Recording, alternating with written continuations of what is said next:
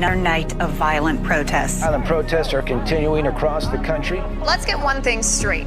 Bringing Molotov cocktails to public gatherings is not a peaceful protest. Democrats invited it. I just don't even know why there aren't uprisings all over the country. Maybe there will be. And if you see anybody from that cabinet, you tell them they're not welcome anymore, anywhere. Democrats encouraged it. When they go low, we kick them. That's what this new Democratic Party is about. Get up in the face of some Congress people. You have released the whirlwind, and you will pay the price. It's Molotov cocktails and loaded rifle magazines and arson and assault and laser beams blinding police officers. Crowd turned on us. It was clear it was organized, and then a mob descended on us. It's no wonder people are taken to the streets, and I support them. They're literally walking up and down the street, breaking every window they see. Violent anarchists have broken windows, destroyed fencing, graffitied buildings. The vast majority of the protests have been peaceful. Exercising their rights to peacefully protest. Let's get one thing straight. The riots are not peaceful protests. Police were ambushed. A couple of bricks, there were a number of officers hurt. You know, there needs to be unrest in the streets for as long as there's unrest in our lives. An elderly couple targeted because of their political views. Democrats bailed them out. New questions about who the Minnesota Freedom Fund is bailing out. Joe Biden's own staff contributed to the Minnesota Freedom Fund. That fund offered bail to serial rapists, murderers, and other violent criminals who are now back on the street. Kamala Harris encouraged her followers to contribute to the Minnesota Freedom Fund. And if Democrats take the Senate, they'll answer to the mob. They're not going to stop before Election Day in November, and they're not going to stop after Election Day, and they should not. These mass protesters are destroying anything they see. The violence and the vandalism are not peaceful protests.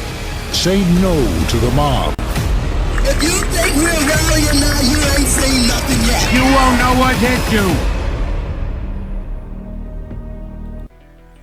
That's right. The Democrats win, the mob wins.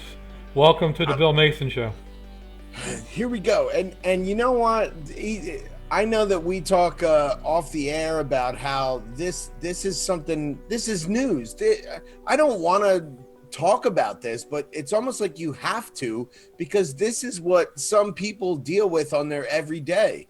And this has become America. Like the civil unrest in the streets is being encouraged by a party that literally just had a convention and never mentioned the riots and the looting and the burning, never brought it up.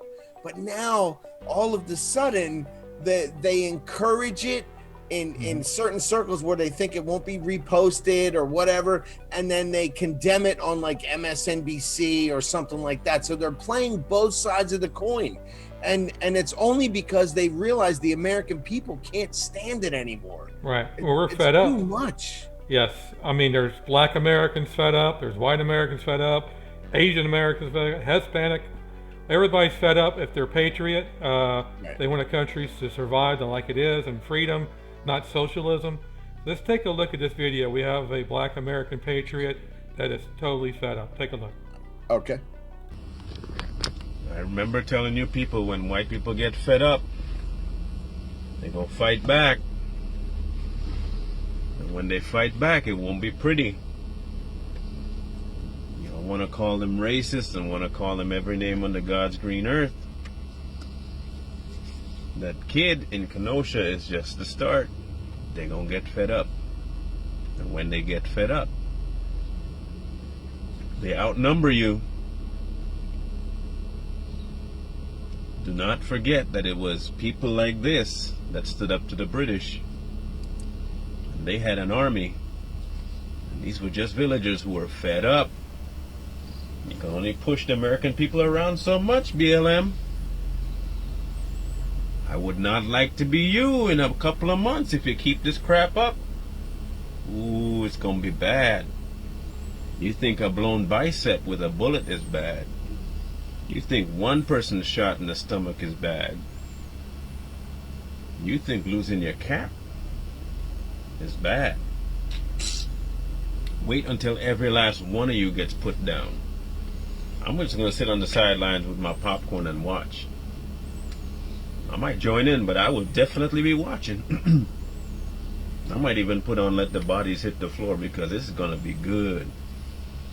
We tried to warn you. Do not push the American around. True patriots will stand up, and when they stand up, you go down.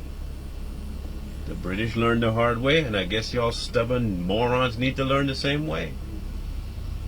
You step on the wrong porch with this, raise your fist for BLM. Oh, he gonna raise something. He will be raising something to you. Yes, sounds like pew pew. And you'll be getting more than a few.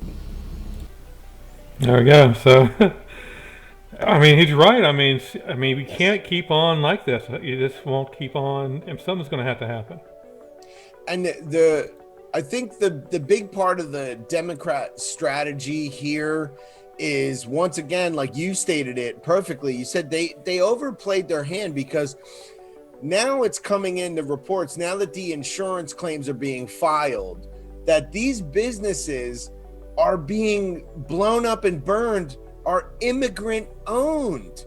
So on top of all of this, there are plenty of black owned businesses and American owned businesses, but these are Indian American, Korean American, Mexican American, Indonesians.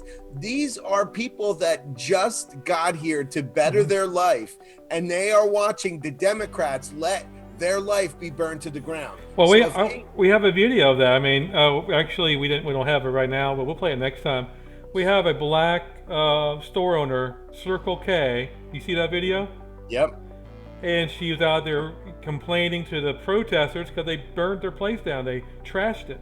She's like, this is a black-owned business. Yeah. I put Black Lives Matter banners up. Why did you do this? Right. So it's becoming more and more apparent to these people that have put their heart and soul into a brick and mortar business in a town. And it might be a small town, but to them it was, whatever it was, whether they were going to make $60,000 or $80,000 profit from it. That's what they were going to live off of.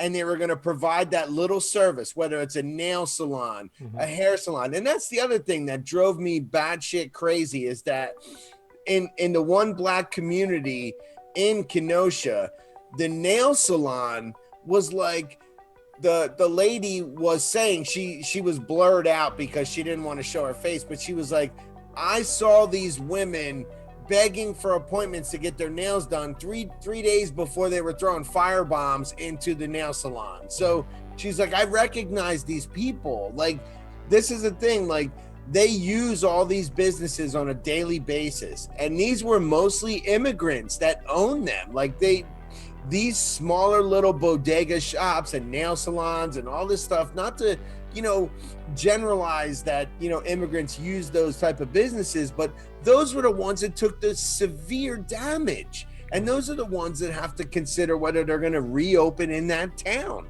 and they may or may not. Right. I mean, they're protesting for Black lives, but they're tearing down the Black Lives businesses. Yes. It's crazy. Yes, and there were plenty. The insurance claims company, I was just looking it up. Well, Target and Walmart, for example, Target and Walmart, over $2 billion worth of losses just since May 30 something or whatever. So I guess they're lumping in, the very first riots, like up to now and all that stuff. But here's the thing, that's just Target and Walmart together. These other insurance claims are going to be off the charts. Right. And they have, some of these people have high deductibles, so they're not going to be able to pay it. And they're thinking, hey, I run a sandwich shop. What do I need $1 million in insurance? They're not going to burn my place down. Right. And then here we are. Right. Yeah, there's a disclaimer on the bottom. Sorry, riots don't include your insurance. Yes. So. And some of that's true. It's sad that, civil unrest and all that stuff is not covered by this. And here's the other thing I just recently looked up, the police departments, right? So, like, the argument about defunding the police, which is their mainstay, like it's one of their points that I think started way back before Trump even got elected, because I can remember them talking about this in 2015 when, other things were going on. They would defund the police. They got too much money and they got too much power. But here's the thing about that. So when they burn police cars and when they blow up police precincts, whether they defund them or not, you still are going to need a police precinct to be rebuilt and more cop cars. I mean, the crazy circular reasoning of this, the destruction, like it's okay and no one has to pay for it. But in the end, they're paying for it. Those local people will pay for that riot. Because of the tax. Yep. Yeah, so, well, let's take a look at this other video. This person wants to burn the White House down. I don't know why he's not arrested yet. Let's take a look. Apparently he's a Democrat. All right, I guess so. Let's take a look. I'm at the point where I'm ready to put these police in the fucking grave. I'm at the point where I want to burn the fucking White House down. I want to take it to the senators. I want to take it to the Congress. I want to take the fight to them. And at the end of the day, if they ain't gonna hear us, we burn them the fuck down. I'm one that talk real shit. I talk it in New York, and I talk it in DC. The same way I fuck police up in New York, I fuck cops up here in DC. The same way I bust police in the head in New York, I bust police in the head in DC. Now, it's a lot of people, and I'm gonna be honest, it's a lot of people that's on this front line. And one of the things that I always say, don't get on this fucking front line if you ain't gonna fucking fight. Don't get on this front line if you ain't gonna take no hit. Don't get on this front line when the police fucking push up, you push back. If you're gonna be on this front line and them racist ass, nasty ass, punk ass fucking police is pushing up, you push the fuck up. There you go, Mr. Nice Guy. Just outwardly admitting to assault on police officers treason. and on camera. Yeah. Right. I can't. You can't make this stuff up. I mean, if I would have told you and didn't see that video, you would say, oh, you're kidding. Yeah, I mean that's literally like me holding like a bag of money and be like, yeah, I robbed a bank. What? I mean, I guess it's like they're at the point where they need recruitment, because some of the other sources that I watch, and one was even MSNBC, which I hate to bring them up when they're right, but this one thing they said the more people that show up to an event, a protest, whatever they want to call it, the more cover the bad people have. So when they can recruit normal people who aren't going to do anything wrong to show up, and you have 10 to 20,000 people, it only takes a few hundred to do really bad stuff. And now they have like, they're undercover. They have like the protection of the crowd. Right. So these are like recruitment videos where they're getting people who on a lower level want to be involved, and they're like, yeah, show up next Tuesday and we're going to do this. And they just add the numbers, and Antifa and BLM know that, okay, we have the numbers, we can do this, and this. And there's so many people that we won't get charged. Right. Yeah, I mean, they do. I mean, you got to have the numbers, so they feel more emboldened to do stuff, to do bad things. Take a look at this. I mean, this, speaking of bad things, a couple of nights ago in New York, just take a look at this video. All right.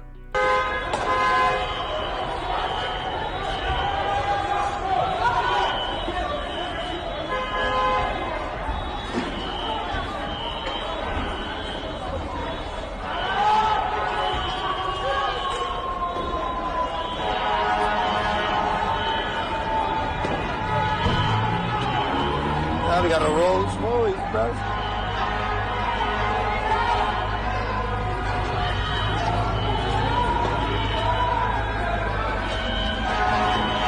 Yo, the kids on Rolls Royce. Yo, look at this shit. Oh my God.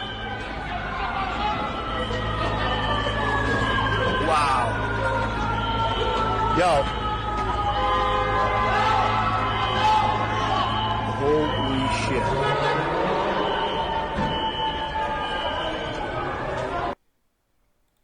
Yeah, that looks like some out of a movie or something. Like it really does. The end of the world movie when everybody goes crazy, or asteroid's going to hit the Earth and their last hours on Earth. To me, like I say, I always am the guy who's I got the 30,000 foot view. I'm looking down from a perspective where I just see people that are about stuff. They're about material things that they can break a window and steal, or light on fire and take away someone else's right to earn money, and it makes them feel empowered for like that short burst. But the reality is that if they get their way and they defund police and they get mayors like Ted Wheeler, or even Ted Wheeler's running up against an Antifa lady named Sarah Iannarone. From bad to worse. She's a member of Antifa, and she literally says, like, yeah, I support what they're doing, and I think we need to listen to them. So, I mean, the poor people of Portland have to literally go, okay, do we keep Ted Wheeler or do we elect Antifa member? No, there's another choice, or leave. Or leave, which that is another thing. We should probably do a show. I need to do all the research on the mass exodus from the Democratic run cities, because people are running like rats from a sinking ship. It's terrible. Yeah, it is. All right. Well, I mean, it is bad in all Democratic cities, but we're going to show this X video. It's about NFL's Tennessee Titans. Yeah. I still don't understand what they're saying, but take a look. Okay. Systematic oppressions have been going on for a long time. Hundreds of years, this country was founded upon racist ideas, with slaves being brought here from the day of foundation. And those ideas have persisted throughout the last hundreds of years, and it's going to take time until we can get those all out. But we're tired of it. We're tired.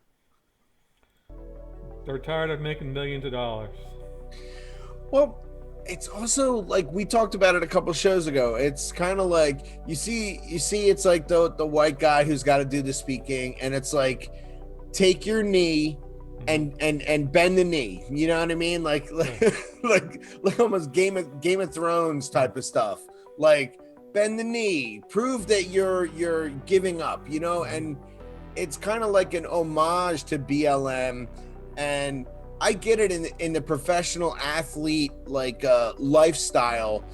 You don't realize you're a clown until the circus starts to close down and not make the money. And then you go, oh wow, I was just a clown in a circus. But they think that they are the big kid on the block or whatever, however you want to call it. But if sports continues on this level where sports becomes a political like soapbox for all these guys, they don't realize that people watch football and baseball and NASCAR and everything else to get away from politics, to just watch people compete and somebody wins. But this is the thing, when it becomes political and now people feel that, well, I can get that on the news. I can turn on channel 10 or 5 and watch what that is.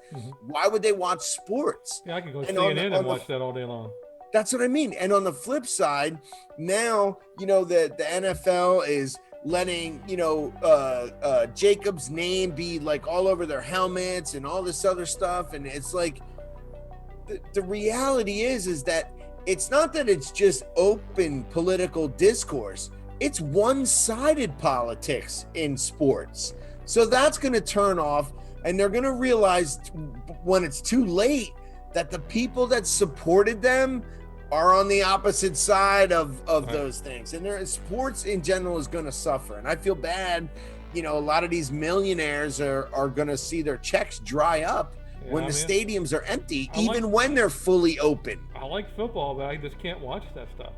Yeah, do I want to watch a bunch of guys take a knee, raise a fist, have the name of a rapist on their helmet. Like, it doesn't do much for me. It really sucks away from the game. It does. It takes away from the game of football, which to me was about performance and stats and numbers and strategy. And I used to love football with all my heart because it was, one guy versus the other guy. And it was who's the best guy on that day. And it's funny that these millionaires now talk about equality, right? And how, one person shouldn't have more than the next person. But meanwhile, they make 10, 20, 30, 40 million dollars a year because they're better at a game than somebody else. So if they really stood behind equality, why would they take those big paychecks? Right. They should just give it away. They should just donate it all and say, you know what? I'm feeling equal today. Yes, I'm great at basketball, or I literally am a home run champion. I should give all my money away because I believe in equality. Right. So exactly. You live in mansions, money flowing. Just give it all away. And the other hypocrisy, and a guy on actually ESPN, I stumbled upon this. I feel bad because I don't watch ESPN enough to know the guy's name. He said flat out, and Charles Barkley was on the panel, an NBA player who's come out as a Republican before. He said, why don't these NBA stars, when they sign these big contracts, why don't they stay in the neighborhood that they grew up in?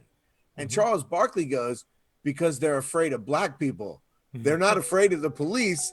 They don't want to stay in a neighborhood surrounded by black people. Now, that may sound racist, but it was coming from Charles Barkley, who played for the 76ers.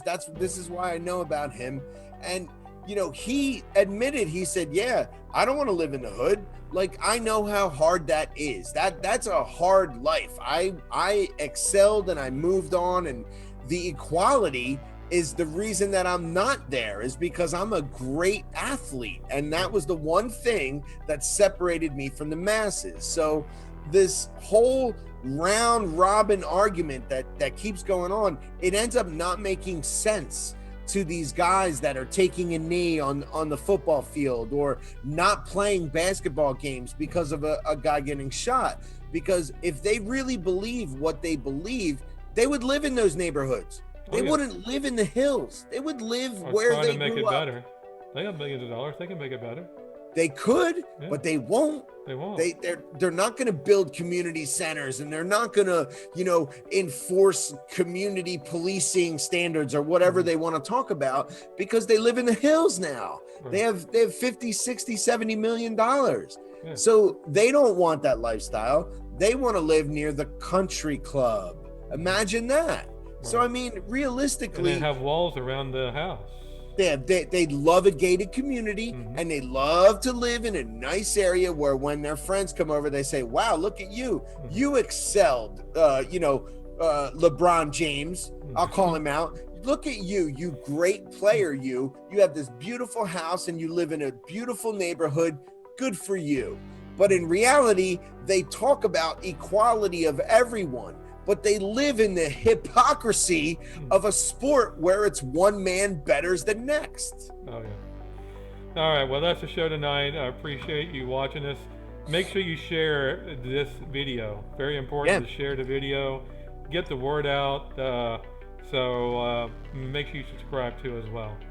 Yeah, you can't let these Democrats, they're bullying cities and towns with, actually they're out and out threatening to let the riots not stop. So they're basically saying these riots aren't going to stop until you do what we say. And that's the scariest part, that you have elected officials that support civil unrest and violence. And we're here. This is it. So share this video if you can. All right, talk to you later. And we will be back on the next show next week. Thank you. Bye-bye. Yep. Good night.